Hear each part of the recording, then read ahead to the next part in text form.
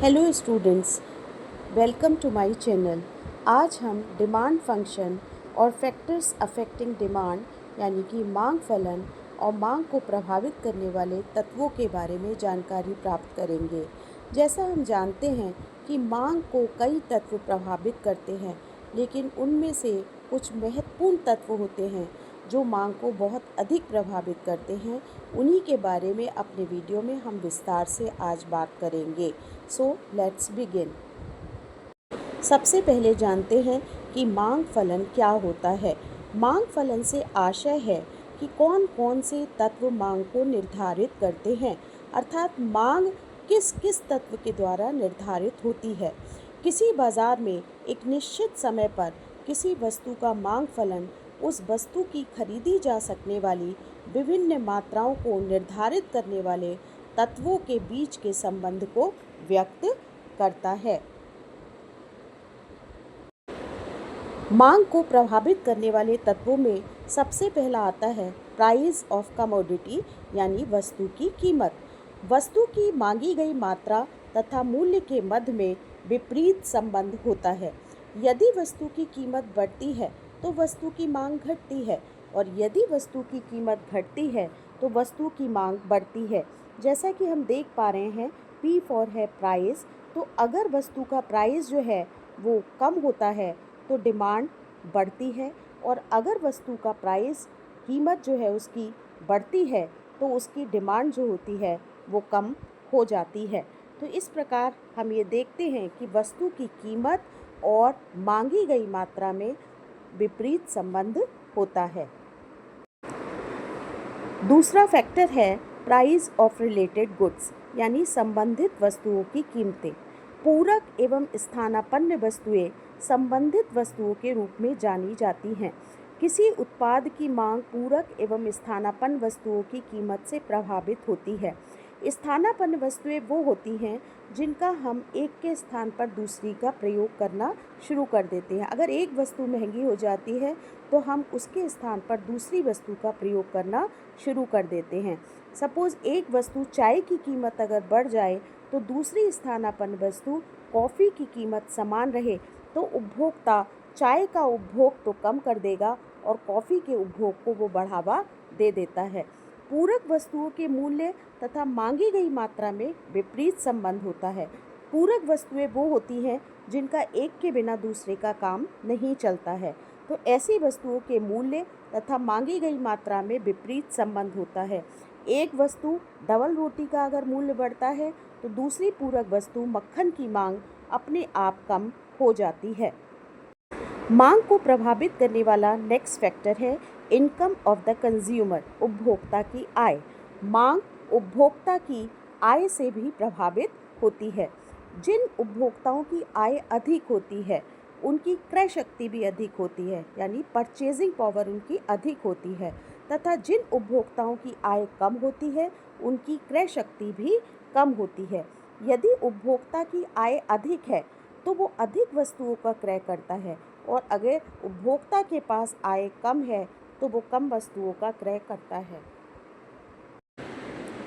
मांग को प्रभावित करने वाला अगला तत्व है टेस्ट एंड प्रेफरेंसेस, रुचि एवं प्राथमिकताएं।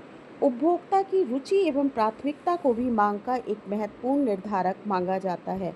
यदि लोग कॉफ़ी को पसंद करेंगे तो वो कॉफ़ी को ही खरीदेंगे क्योंकि उसमें उनकी रुचि है। अगर वस्तु में उपभोक्ता की रुचि है और वो उसे प्रेफरेंसेस भी दे रहा है, उसको प्राथमिकता भी दे रहा है, तो वस्तु की मांग में वृद्धि होती है। और अगर वस्तु की उपभोक्ता की रुचि वस्तु में नहीं है और वो उसे प्राथमिकता नहीं दे रहा है, वो उसके इंटरेस्ट में नहीं है, तो उस वस्तु की मांग में कमी हो जाती है।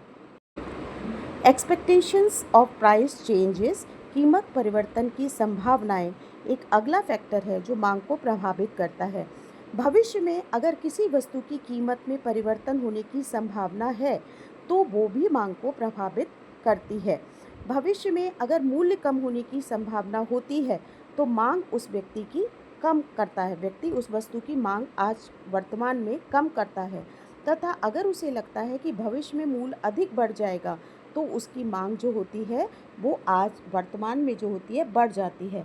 सपोज़ अगर किसी को लगता है कि पेट्रोल की कीमत बढ़ जाएगी कल, तो वो आज ही पेट्रोल ज़्यादा ले लेगा, और अगर उसे लगेगा कि कल उसकी कीमत कम हो जाएगी, तो वो आज की चीज़ को टाल के कल के लिए अपनी पेट्रोल की ख़रीदारी को कल के लिए पोस्टपोन कर देगा। नेक्स्ट फैक्टर है जो कि मांग को प्रभावित करता है, वो है जनसंख्या में वृद्धि, इंक्रीज़ इन पॉपुलेशन। जनसंख्या में वृद्धि भी मांग का एक महत्वपूर्ण निर्धारक है। जनसंख्या में अगर वृद्धि होती है तो मांग बढ़ जाती है, जनसंख्या में कमी होती है तो मांग कम हो जाती है। नेक्स्ट फैक्टर है वेदर कंडीशंस, मौसम की स्थिति। हम देखते हैं कि जलवायु की स्थिति सबसे ज़्यादा मांग को प्रभावित करती है, क्योंकि ऐसी विभिन्न वस्तुएं हैं जिनकी मांग पूर्ण रूप से जलवायु एवं मौसम की स्थिति पर निर्भर करती है। जैसे गर्मी के मौसम में कूलर की मांग, कोल्ड ड्रिंक की मांग, पंखे की मांग, बारिश के मौसम में छाते की मांग, रेनकोट की मांग, सर्दियों में कॉफ़ी की मांग, कंबल की मांग।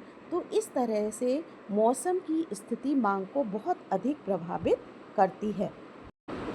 मांग को प्रभावित करने वाला अगला फैक्टर है टैक्स रेट, कर की दर।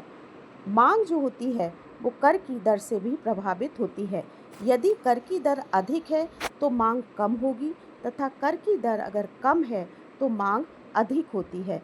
क्योंकि कर की दर अधिक होती है तो लोगों की परचेजिंग पावर कम हो जाती है, जिस कारण से वो वस्तुओं की मांग कम कर पाते हैं। नेक्स्ट फैक्टर है change in composition of population, जनसंख्या की संरचना में परिवर्तन।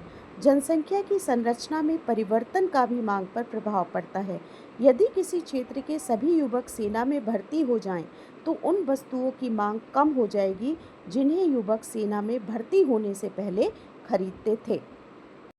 नेक्स्ट फैक्टर है जो मांग को प्रभावित करता है, वो है फेज ऑफ बिजनेस सर्कल, यानी व्यापार चक्र की अवस्था। अगर तेजी का काल होता है, देश में तेजी की स्थिति होती है, तो वस्तुओं के मूल्य में अधिक हो जाते हैं और वस्तुओं के मूल्य अधिक होने पर मांग बढ़ जाती है, क्योंकि लोगों की मौद्रिक आय भी बढ़ जाती है। मंदी काल में लोगों की आय कम हो जाती है, मूल्य गिर जाता है और वस्तुओं की मांग भी कम हो जाती है। मांग को प्रभावित करने वाला नेक्स्ट फैक्टर है चेंज इन सेविंग हैबिट्स, बचत करने की प्रवृत्ति में परिवर्तन। यदि लोगों में ये भावना आ जाए कि हमें बचत करना है, बचत करने की प्रवृत्ति अधिक सक्रिय हो जाए, तो लोगों के व्यय में कमी आ जाती है, वो खर्चे कम करना शुरू कर देते हैं और वस्तुओं की मांग कम हो जाती है। Thank you all of you for watching my video.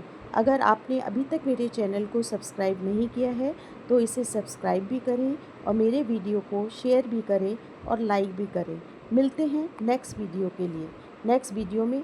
Till now, bye bye.